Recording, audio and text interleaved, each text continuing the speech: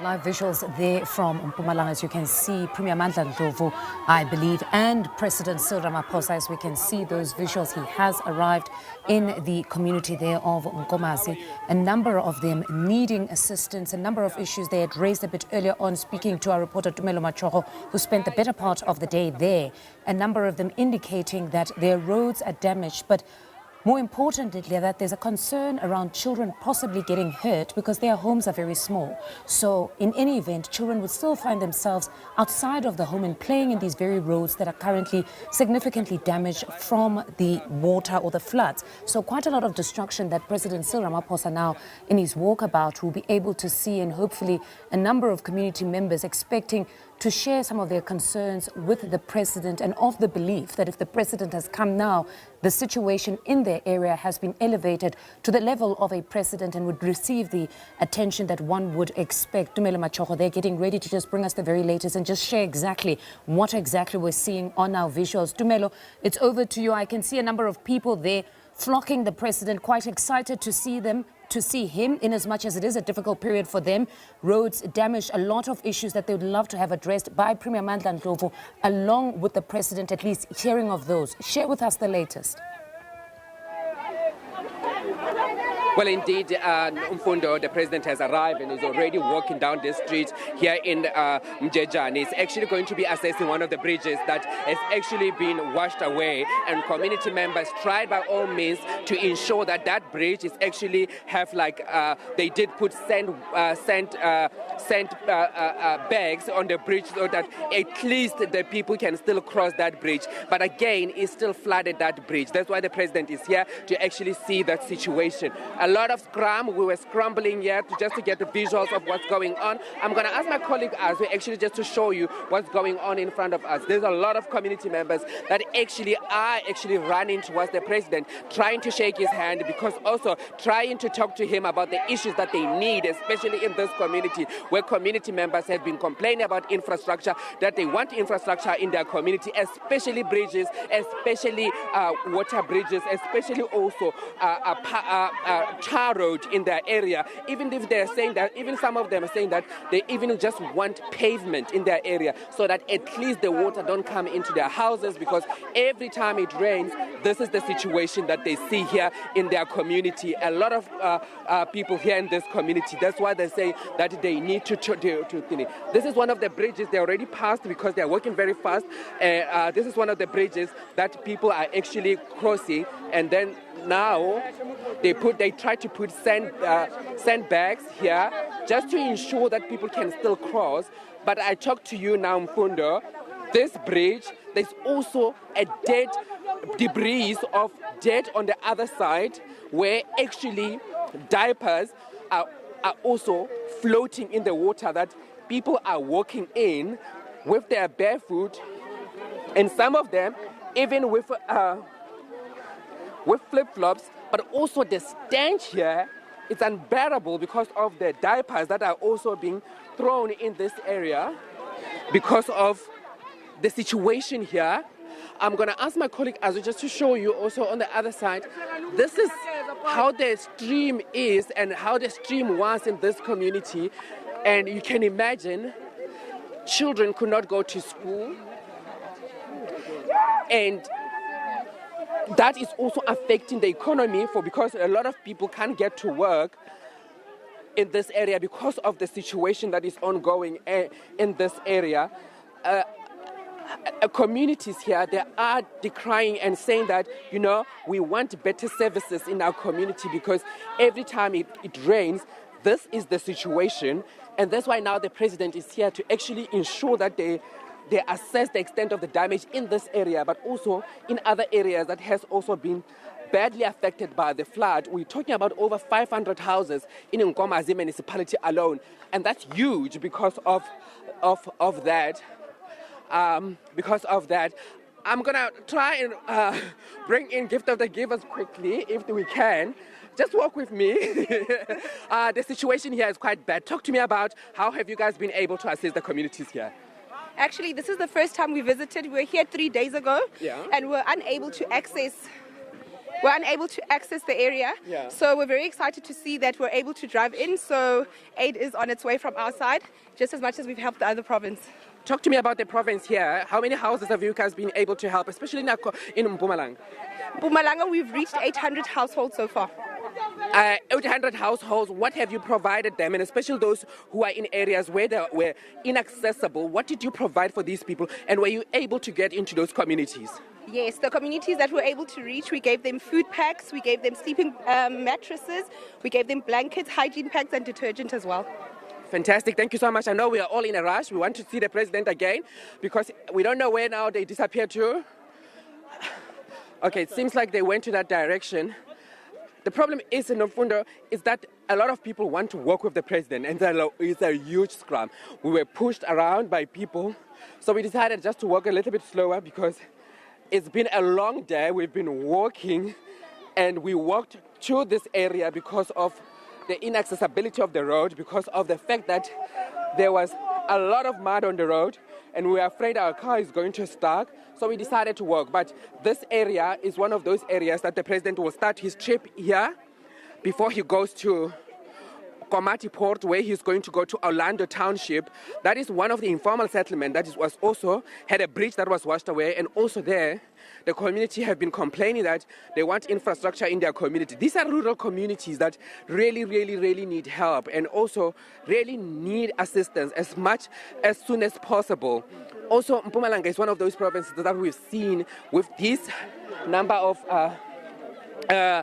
with these floods that we've seen at least 20 people passing away or being drowned because they're drowning or walls falling on top of them because of the floods that have been ongoing for months now. We understand that Nkomazi alone has lost about 6 people, and then the rest of coming from other municipalities, but this municipality is one of those municipalities that has lost a number of people due to the flooding. And also that is a concern for this province because that's why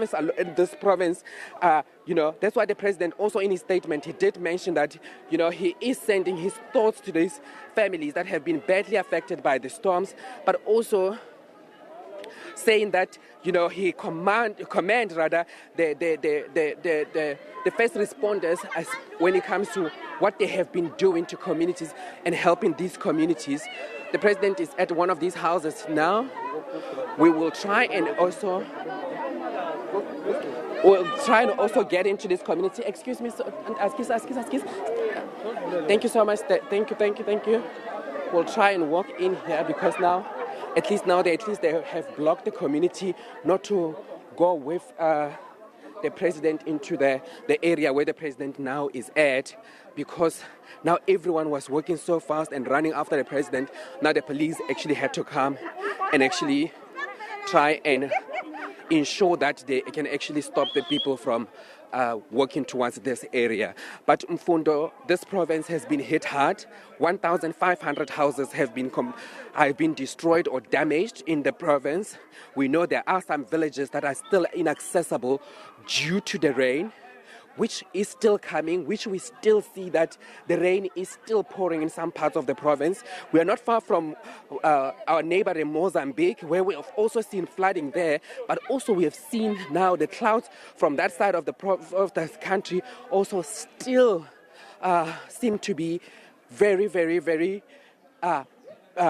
dark, meaning there's still rain pouring in that side of the province, of the country rather, of our neighboring country. And also that rain is also coming towards us, and it's been drizzling throughout the morning. Now at least it has ceased, but people can brace themselves again for more rain in this community.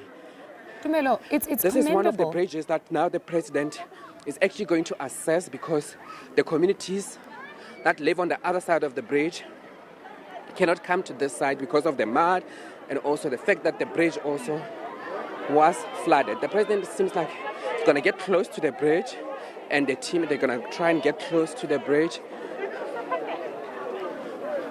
and get close to the area. So thank you so much, Ntate. And we will try and also again just make ourselves way through this, a number of people that are here to see the president. just to see the president.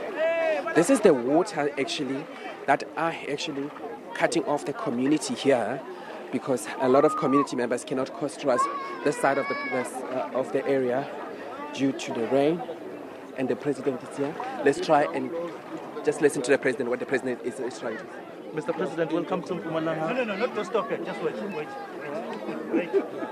Now, he's now pretending that he's the premier. Because only the premier can welcome me to Mpumalanga. Welcome. Now this guy is now he's become your competition now. The premier of the media, President. This is now the new premier of Mpumalanga. We'll talk to you later. You can talk to the president. I can talk to the president. Okay, the premier has allowed me. We know, Mr. President, that Hey, Newsroom Africa now is taking over the areas. province. You haven't seen much, Mr. President, but your presence here, it looks like the people are now having a glimmer of hope. Well, yes, it's important that as leaders we should be able to go and meet our people and see exactly what has befallen them. And that's the important thing, because when people are in need, they want to have a sense that those that they have elected in key positions are there with them. And that is why I appreciate very much that the Premier here, my comrade Ndlovu, as well as the MEC and other MECs are here. And they've been coming here, and they are the ones who have been reporting to me precisely what our people are facing here.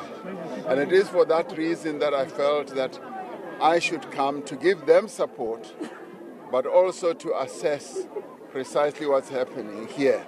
Now, at a national level, our Minister of COGTA, of Cooperative Governance and Traditional Affairs, was here, and he met with other ministers in the interministerial committee. They are discussing what needs to be done. So I will be getting a full report after having seen for myself exactly what's happening. The roads are destroyed, children cannot go to school, and houses have been washed away, and valuable infrastructure has been damaged. So that is precisely what we're going to be looking at closely. Our Minister of Finance is in Davos, but we're also briefing him, and we are going to see what interventions government is able to make. But we're also grateful that our rescue and quick response agencies have been really up to the task. They have responded extremely well. The South African National Defence Force, as well as the emergency services here in the province, here at local government level. So as government, the response has been quite effective. Obviously, we need to do more to deal with disasters that continue to befall us. We're now in an era where climate change is quite evident to everyone. And we are now developing our own disaster responses so that when we have disasters like these, floods and fires and other forms of disasters, we're able to respond as quickly and as effectively as possible. And with all this, the paramount issue that we focus on is to save lives, because loss of life is what affects households and families very badly, and that is what we want to protect as we look after the infrastructure and make sure that the lives and the livelihoods of our people are advanced and protected. You may recall that during the G20, South Africa placed the issue of climate change firmly on the agenda, and we argued that there must be finance for climate change damage, and that once there is damage of whatever nature, we should get clear policies at a global level, but more particularly policies that are going to address the needs of the global south, because we in the global south are the ones who are suffering the ravages of climate change when our countries and our nations did not cause it. So we are saying that we need finance because once there's been damage like this, we need finance almost on an annual basis now to recover, to pay for the recovery of the damage that has been done by the rains, the floods, and fires as well. So for me, it's good to be here, although this is a bad time for our people, to come and see for myself so that our responses are tailor-made to deal with precisely what has happened here. When I was in Mjejane, I saw how houses had been wiped away, completely wiped away, and families had built houses and built some wealth, and all that was wiped away. And we now need to respond to that and make sure that those families, somehow we restore their livelihoods. Thank you very much. You want to know what time the rain is going to stop? Just I don't know. 13 learners losing life in Gauteng. I'm not sure if you've heard about that. Your comment about 13 learners in Gauteng losing their lives. Yes, I heard about the accident. The Premier and the MEC have rushed there, and it's a terrible occurrence. Our scholar transport system obviously needs to be well geared up to ensure that the safety of children is prominent. And those who transport our children, the drivers, the vehicles, as well as their behavior on the road, is such that it saves the lives of children. So I'm devastated myself to hear right at the beginning of the year that 13 children at one go have lost their lives. Not that at any other time it's acceptable, but it is very sad and terrible.